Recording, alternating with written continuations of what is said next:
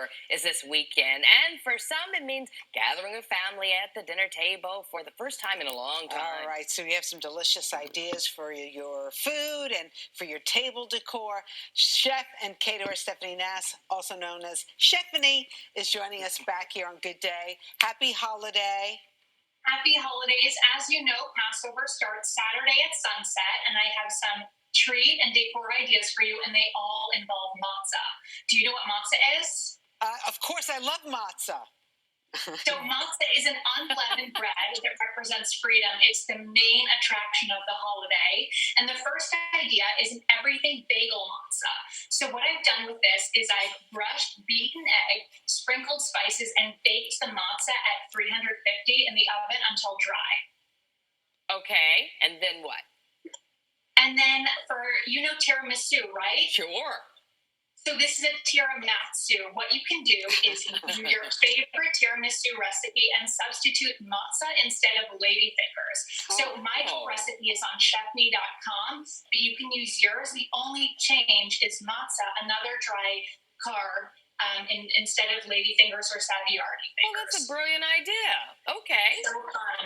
So fun. So next we have matzah chocolate bonbons.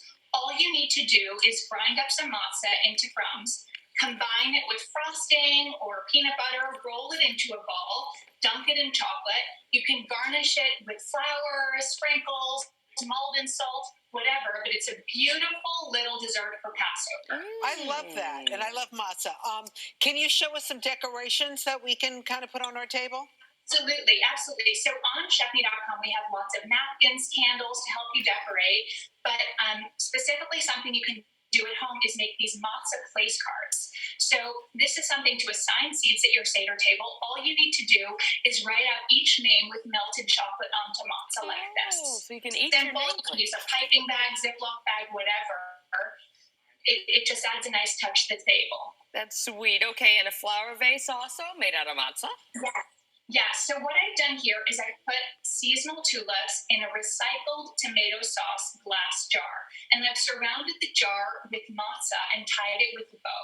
So it just creates this very festive, seasonal touch to the table, and you can punctuate it with little bud vases, lower arrangements to make your centerpiece look totally full. I like it. It adds a little sense of humor, too. It's whimsical. Chefanie, you always do a great job. Thank you so much. Thank you. Good to see you. And a sweet holiday. Yes.